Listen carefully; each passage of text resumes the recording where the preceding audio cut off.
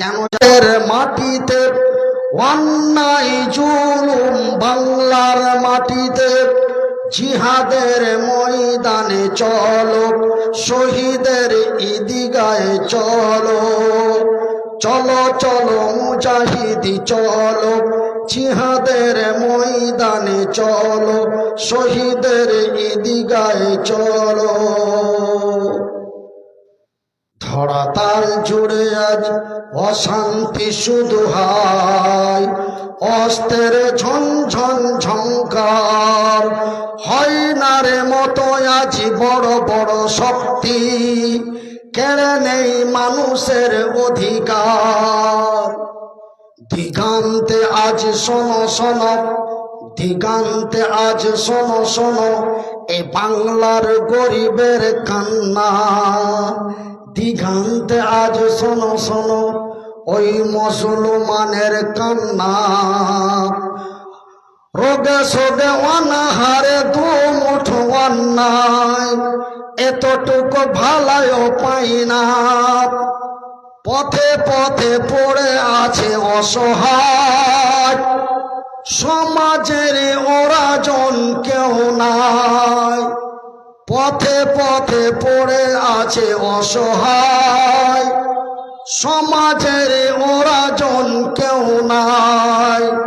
ওই সব মানুষের মুক্তির জন্য, ওই সব মানুষের মুক্তির জন্য জিহাদের ময়দানে চলো চলো চলো মুজাহিদি চলো জিহাদের ময়দানে চলো শহীদের ঈদগাহে চলো। সম্মানিত আজকের সভার সভাপতি মহাশয়, আমন্ত্রিত ওলামা ইকরামগণ, অত্র এলাকা থেকে ছুটে আসা ইসলাম দরদি ভাই ও বন্ধুরা, বয়োজ্যেষ্ঠ বাবারা, স্নেহের কচি ছেলেরা, পর্দায় বসে থাকা মা ও ভগ্নীগণ, প্রশংসা ওই মহান আল্লাহ যেই মহান রব্বুল আলামিনের অশেষ দয়ায়, যেই মহান আল্লাহ তাআলার অশেষ মায়ায়, যেই মহান আল্লাহ তাআলা আমাকে মৃত্যুর কাছাকাছি পৌঁছে দিয়ে পুনরায় সুস্থ করে আমার এলাকার মানুষের কাছে তথা আপনাদের মাঝে উপস্থিত করে দিয়েছেন, তাই সেই মাবুদের শুকরিয়া আদায় করে বলি আলহামদুলিল্লাহ। অতঃপর তার প্রিয়ত রাসূল দো জাহানের নবী নবী মুহাম্মদুর রাসূলুল্লাহ বলুন সাল্লাল্লাহু আলাইহি ওয়াসাল্লাম, তিনার প্রতি শত কোটি শান্তির ধারা বর্ষিত হোক। আল্লাহুম্মা সাল্লি আলাইহি আল্লাহুম্মা বারিক। আমার সম্মানিত এলাকাবাসী, আমি আজকে অত্যন্ত গর্বিত যে আমাদের মালদা ডিস্ট্রিক্টের হরিশ্চন্দ্রপুর থানার অন্তর্গত মালিহর স্ট্যান্ডে বা মালিহর গ্রামে আল্লাহ রব্বুল আলামিন আমাকে উপস্থিত করেছেন। তাই আমি গুরুত্বপূর্ণ আলোচনার দিকে যাই যে আজকে আমার কথা বলার মেন উদ্দেশ্য হলো যে আল্লাহ বান্দার কথা শুনে, আল্লাহ বান্দার কথা শুনে, কিন্তু বড় দুঃখের বিষয় বান্দা আল্লাহর কথা শোনে না। কথা ঠিক কিনা? আল্লাহ বান্দার কথা শোনে কিন্তু বান্দা আল্লাহর কথা শোনে না, এটা একটি বড় দুঃখজনক। বলবেন মনিরুদ্দিন ভাই, আল্লাহ বান্দার কথা শুনে তার আইডেন্টিটিটা কি? আমার ভাইয়ের, আমার বন্ধুরা, গত 2022 সালের 28শে নভেম্বর আমার ব্রেন স্ট্রোক হওয়ার পরে যখন আমাকে কলকাতা পিজিতে ভর্তি করে দেওয়া হলো, 1-2 করে 11 দিন আমার কোনো জ্ঞান ফিরে নাই। অজ্ঞান অবস্থায় আমি পড়ে আছি। ডাক্তার বলে দিল যে কি পেশেন্ট বাঁচানো সম্ভব নয়। আমাদের রাজ্য সরকার এবং রাজ্য সরকারের ভাইপো অভিষেক বন্দ্যোপাধ্যায় তিনারা পিজি কমান্ডারে ফোন করলেন যে কি লোকটার যেন চিকিৎসা ভালো হয়। আমরা যেমন বাংলার মানুষের কাছে সুপরিচিত, এই লোকটাও ভারতবর্ষের মানুষের কাছে সুপরিচিত এবং লোকটি বাংলার একজন জনপ্রিয় ব্যক্তি, যেন তার চিকিৎসাটা ভালো হয়। আমার ভাইয়েরা, আমার বন্ধুরা, 1-2 করে 11 দিন কেটে যায়, কোনো জ্ঞান ফিরে না। ডাক্তার ক্লিয়ার রেজাল্ট দিয়ে দিল যে মনে হয় মানে মাল এই পারে থাকবে না, ওই পারে চলে যাবে। তবে যদি ভগবান বাঁচায়, আল্লাহ বাঁচাইলে কেউ মারতে পারে না। তোমরা তোমাদের ভাষা দিয়ে দোয়া করো। আমার স্ত্রী, আমার ছেলের মা, আমার মোবাইলে যতগুলি নাম্বার ছিল, হানাফি, আহলে হাদিস, দেওবন্দি, ব্রেলি, মানে মুসলমান বলতে আমার মোবাইলে প্রায় 292টা নাম্বার ছিল। প্রতিটা নাম্বারে ফোন করে আমার স্ত্রী শুধু একটাই কথা, আপনারা একটু দোয়া করুন, আপনারা একটু দোয়া করেন। বিশেষ করে আমাদের হরিশ্চন্দ্রপুর এবং রতুয়া আরও বিভিন্ন জায়গার যিনারা হানাফি মাযহাবের মানুষ, যিনাদের মধ্যে হাত তুলে দোয়া করার কোনো ইখতিলাফ নাই, ওই হানাফিরা বিশেষ করে আমাদের মা বোনেরা নমাজের টাইমে টাইমে আমার জন্য আঁচল পাইতে পাইতে দোয়া করেছে, আল্লাহ তুমি লোকটাকে বাঁচাও এবং তার হায়াত দাও, তাকে সুস্থ করো এবং তার হায়াত দাও। আল্লাহ রব্বুল আলামিন আপনাদের দোয়া রিটার্ন করে দেন নাই। আপনাদের দোয়ায়, আল্লাহর দয়ায় মহান রব্বুল আলামিন আমার 12 দিনের দিন বেলা 3:30টার সময় আমার ঘুম ভাঙলো, মানে জ্ঞান ফিরে গেল। ডাক্তার বলে দিল যে কি কান দিয়ে গুলি বেরিয়ে গেল। এখন লোকটাকে অত্যন্ত মানে ডিমের মতো করে নিয়ে বেড়াতে হবে।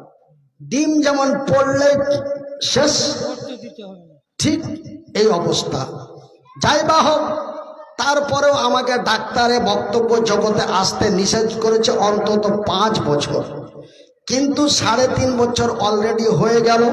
আপনারা জানেন যে আমার পরিবার আছে, আমার প্রয়োজন আছে, আমার পরিবার আছে, আমার একটা এতিমখানা মাদ্রাসা আছে। যাই বা হোক, চতুর্দিকে লক্ষ্য করে আমার কথা বলতে পারা মাত্রই আমাকে এই জায়গাতে পুনরায় আসতে হয়েছে। কেন? যে আমার জালসা করে বেড়াটাই হচ্ছে আমার চাকরি, এটাই আমার খেতিবাড়ি, এটাই আমার মানে যে কি সব কিছু। সেহেতু আমি এই জালসা করে 1-2 করে 18 বছর ধরে আমার পরিবার চালালাম, আমার মাদ্রাসা চালালাম।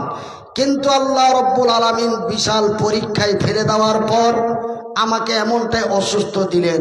তবে আমি জানি আমাদের হরিশ্চন্দ্রপুরের মানুষ আমার জন্য অত্যন্ত দোয়া করেছিলেন, এটা আমার কাছে জানা আছে। আমার জ্ঞান ফেরার পরে সব কথা আমার কাছে এসেছে। তো যাই বা হোক, আমার কণ্ঠস্বর যদিও আগের মতো না হয়, যদিও আমি সুর কণ্ঠ দিয়ে আলোচনা করতে নাও পারি, তারপরেও আমি পবিত্র আল কোরআনের মধ্য থেকে ছোট্ট 3টি আয়াত পাঠ করেছি। এই আয়াত 3টিকে সামনে রেখে আপনাদের কাছে কিছু গুরুত্বপূর্ণ কথা বলার চেষ্টা করব। ওয়ামা তৌফিকি ইল্লা বিল্লাহ, আল্লাহুম্মা আমিন। আমার ভাইয়েরা, আমার আব্বা জানেরা, আপনারা একটু পূর্বে শুনলেন আমাদের মিটনা মাদ্রাসার হেড মুদাররিস শাইখুল হাদিস মাওলানা মুমতাজ আলী সাহেব, তিনি বললেন যে কি আপনারা চিন্তা করবেন না, এই জিনাদের ভোটার লিস্ট থেকে নাম বাতিল হয়ে গেছে, তার মধ্যে আমি একজন আছি। তো উনি কি বললেন যে কি আপনারা চিন্তা করবেন না, আর আমিও ওই কথাটা আপনারাকে বলছি, যে চিন্তা করার দরকার নাই, চিন্তা করবেন না। কেন চিন্তা করবেন? চিন্তা করার কোনো দরকার নেই, হতাশ হওয়ার কোনো প্রয়োজন নেই। আমার ভাইয়ের, আমার বন্ধুরা, যিনারা আমাদের নাম বাদ দেওয়ার জন্য চেষ্টা চালিয়ে যাচ্ছে, তিনারা নিজের নামটাও সঠিকভাবে প্রমাণ করতে পারেনি। আমাদের পশ্চিমবঙ্গের একজন মাননীয় নেতা, নাম তার শুভেন্দু, তিনি নিজের মুখে স্বীকার করেছেন যে কি আমার মা বাংলাদেশি, আমার মা বাংলাদেশি। তবে ভাই, গরুর পেট থেকে কি ছাগল হয়? কথা বলেন। গরুর পেট থেকে কি মহিষ হয়? গরুর পেট থেকে কি বিড়াল হয়? গরুর পেট থেকে গরুই হয়। তবে বাংলাদেশের পেট থেকে পাকিস্তানি হতে পারে না, বাংলাদেশের পেট থেকে ইন্ডিয়ান হতে পারে না, বাংলাদেশের পেট থেকে বাংলাদেশই হয়। একবার জোরে বলি নারায়ে তাকবীর। আমার ভাইয়ের, আমার বন্ধুরা, আমার আব্বা জানেরা, আমি মনিরুদ্দিন আপনাদের বলতে চাই যে কি আমরা কোনো চিন্তা করব না, আমরা কোনো হতাশ হব না। আমার ভাইয়ের, আমার বন্ধুরা, আজকে আমরা বড় চিন্তায় চিন্তিত যে আজকে আমাদের উপরে অন্যায়, অত্যাচার, অবিচার, নির্যাতন, জুলুম করার চেষ্টা করছে। আমার ভাইয়ের, আমার বন্ধুরা, আমার ভাইজানেরা, अगर बंगाल हमारे, अमित शाह बोलছে যে अगर बंगाल हमारे हाथ में आ जाए तो पहले बंगाल में हम लोग जिहादी खत्म करेंगे। क्यों रे? हाँ, अगर बंगाल हमारे हाथ में आ जाए तो पहले गोहत्या बन के आ जाए। अगर बंगाल हमारे हाथ में आ जाए तो पहले वक़्फ़ संपत्ति को विनाश किया जाए। আমার ভাইরা, এই নিয়ে আমরা বড় চিন্তায় চিন্তিত, আমরা বড় হতাশ। খোদা না খাস্তা যদি আমাদের ওয়াকফ জমিগুলো নিয়ে নেয়, তবে আমার বাবা কবরে শুয়ে আছে, আমার বাবার কবরের উপরে ট্রেক্টর চালাবে, আমার বাবার উপরে কোনো পার্টিগত মানে যে কি অফিস তৈরি করতে পারে। এই নিয়ে আমরা বিশাল চিন্তায় চিন্তিত। কিন্তু আমি মনিরুদ্দিন আপনাদেরই সন্তান, আমি মনিরুদ্দিন আপনাদের গ্রামের ছেলে, আমি মনিরুদ্দিন আপনাদের এলাকার ছেলে, আমি মনিরুদ্দিন, আমি অসুস্থ হালাতে আপনাদের লিখিত চ্যালেঞ্জ দিয়ে যাচ্ছি, খবরদার চিন্তা করবেন না, হতাশ হবেন না। আরে আজকে তো আমরা বড় সৌভাগ্যবান জি, আলহামদুলিল্লাহ বলেন। আজকে আমরা বড় সৌভাগ্যবান যে আমরা ভারতবর্ষের মাটিতে 30%। আজকে আমরা বড় সৌভাগ্যবান যে আমরা বাংলার মাটিতে 30%। কিন্তু ওই দিন, সেই দিন, যেই দিন মক্কার মাটিতে নেতৃত্ব চলছিল আবু জেহেলের, কার? আবু জেহেলের। সেই দিন মক্কার মাটিতে আবু জেহেলের নেতৃত্বে, সেই দিন মক্কার মাটিতে মুসলমানের সংখ্যা ছিল অতি নিম্ন, প্রায় 2 থেকে 3% মতো। ঠিক সেই দিন মক্কার মাটিতে এমনই অন্যায়, অত্যাচার, অবিচার, নির্যাতন, জুলুম চলছিল আবু জেহেল এবং তার সেনাপতি কমান্ডারদের।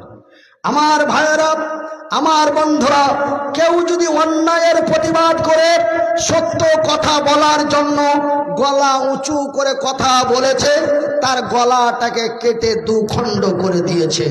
কেউ যদি গলা উঁচু করে কথা বলার চেষ্টা করেছে, তাকে তুলে নিয়ে যে গরম তেলের মধ্যে ভেজে দেওয়া হয়েছে।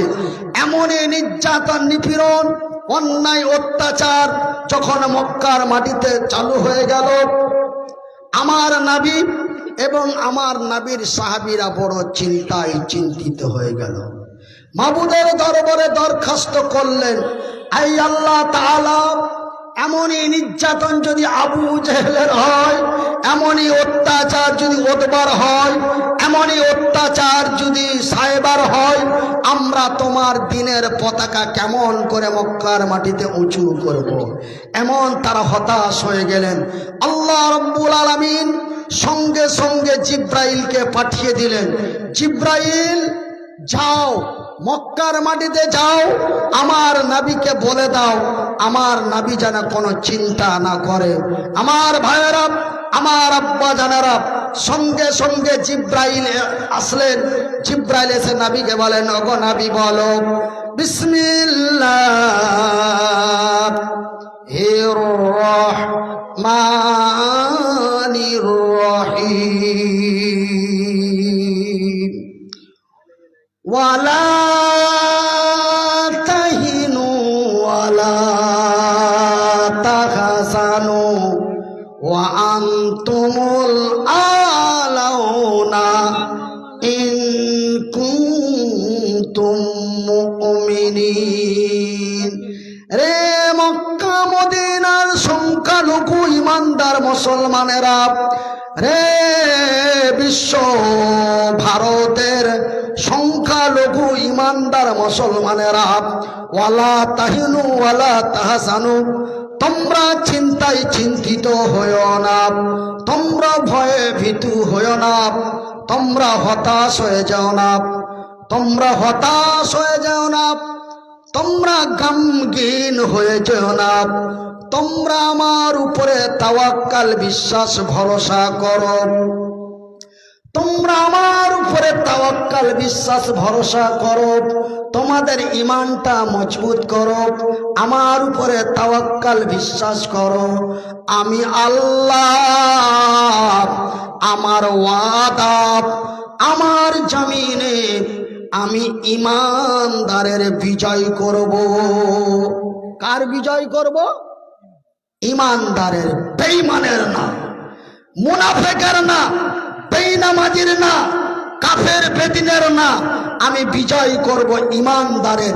সেহেতু তোমরা তোমাদের ঈমানটা মজবুত করো, মদের বোতলগুলো ভেঙে দিয়ে, সুদের খাতা থেকে নামটা কেটে দিয়ে, তোমরা লিল্লাহি আমার উপরে তাওয়াক্কাল করে তোমরা সত্যের পথে থাকো, আমি তোমাদেরই কল্যাণ করব, আমি তোমাদেরই বিজয় করব। সেহেতু তোমাদের হতাশ হওয়ার কোনো দরকার নাই। আমার ভাইয়ের, আমার বন্ধুরা, হরিশ্চন্দ্রপুর থানা এলাকার মানুষেরা, এই আয়াত নাজিল হওয়ার কিছুদিন পরে আমার নবী, আল্লাহর নবী, দয়ার নবী, বিশ্বের নবী, নবী মুহাম্মদুর রাসূলুল্লাহ বলুন সাল্লাল্লাহু আলাইহি ওয়াসাল্লাম, আল্লাহর নবী, দয়ার নবী, বিশ্বের নবী মক্কা মদিনার মাটিতে এমন অত্যাচার, নির্যাতন, নিপীড়ন সহ্য না করতে পেরে মক্কার মাটিতে দাঁড়িয়ে চিৎকার করে বললেন, রে আবু জেহেল, তার সেনাপতি, কমান্ডারেরা, এসো ময়দানে এসো। জায়গাটাও ঠিক করে দিলেন, এসো ময়দানে এসো, মক্কার মাটিতে মৌতার প্রান্তে এসো, কালেমার পতাকা উঁচু করা হবে। মায়ের দুধ খেয়েছো, বেরিয়ে এসো, ঘরে বসে পুক করলে হবে না, ময়দানে এসো। আবু জেহেলের কাছে খবর চলে গেল। আবু জেহেল চিৎকার করে হুঙ্কার দিয়ে বলে, কে রে, কার এত বড় ক্ষমতা আমার নেতৃত্বে কালেমার পতাকা উঁচু করতে চায়? যাও সেনাপতি, কমান্ডাররা যাও, মুহাম্মদকে আর তার সৈন্য লাইলস্করদের পিটিয়ে ধ্বংস করে দাও। দুই দিক থেকে আওয়াজ উঠে গেল, ময়দানে সেনাবাহিনী আসতে আরম্ভ হয়ে গেল। ময়দানে সেনাপতি আস্তে আস্তে আস্তে আস্তে আস্তে আস্তে ময়দানে জমা হলো 1,03,000। কত বাবা, কত? 1,03,000। ইতিহাসের পাতায় পাওয়া যায় 1,00,000 হচ্ছে আবু জেহেলের কমান্ডার, আর মাত্র 3,000 হচ্ছে আমার নবীর। আমার ভাইয়ের, আমার বন্ধুরা, ময়দানে লড়াই আরম্ভ হয়ে গেল। ময়দানে লড়াই চলতে চলতে চলতে চলতে অল্প কিছুক্ষণের মধ্যে আবু জেহেলের সৈন্য কমান্ডাররা তারা অস্ত্রপাতি, ঝান্ডা ঝুন্ডি ফেলে দিয়ে তারা ময়দান থেকে চলে গেল। আমার ভাইয়ের, আমার বন্ধুরা, সেই দিন মক্কার মাটিতে মৌতার প্রান্তে যারা 3,000 বিজয় করেছিল, তাদের ঈমানটা কত মজবুত ছিল। একজন নওজোয়ান তরুণ যুবক লিল্লাহি তাকবীর বলে ময়দানে ঝাঁপিয়ে পড়ল। কাফেরের দলেরা তার ডান হাতটা কেটে দিল, ঝান্ডাটি বাম হাতে ধরল, বাম হাতটা তার কেটে দেওয়া হলো। লাস্টে সে পা দিয়ে ইসলামে কালেমার পতাকা ধর উঁচু করলো, পাটি তার কেটে দিল। এমনি করতে করতে যখন পা দুটো তার কেটে দিল, সেই পতাকা দাঁত দিয়ে কামড়ে ধরে উঁচু করে ইসলামের বিজয় মুসলিম মক্কার মাটিতে করেছে। ইমানটা কত মজবুত ছিল যে দুই হাত কেটে নেওয়া হলো, পতাকা নিচে নামতে দেয়নি। দুটি পা কেটে নেওয়া হলো, পতাকা নিচে নামতে দেয় নাই। শ্বাস পর্যন্ত দাঁতে কামড়ে ধরে ইসলামের পতাকা উঁচু করেছে। সে হচ্ছে এই ইসলাম প্রতিষ্ঠিত করতে আমি মনে মনে লিখিত চ্যালেঞ্জ দিয়ে যাচ্ছি। এই ইসলাম প্রতিষ্ঠিত করতে আমার মতো আপনার মতো নওজোয়ান তরুণ যুবকেরা তারা মক্কার মাটিতে রক্তাক্ত রক্ত বইয়ে দিয়েছে, তবুও কালেমার পতাকা নিচু হতে দেয় নাই। সেহেতু এই ইসলাম কিয়ামত পর্যন্ত এই ইসলাম